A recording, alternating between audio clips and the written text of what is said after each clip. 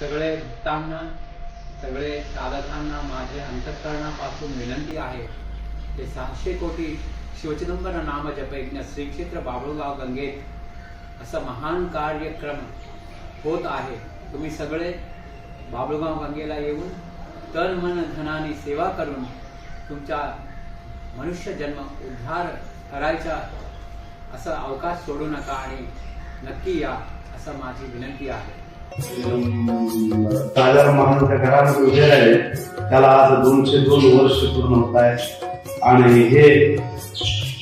लक्षात ठेवून 600 कोटी नाम जपाचा कार्यक्रम आयोजित केलेला आहे आणि अवश्य त्यांनी कार्यक्रमासाठी यावं ही आग्रहाची विनंती सर्व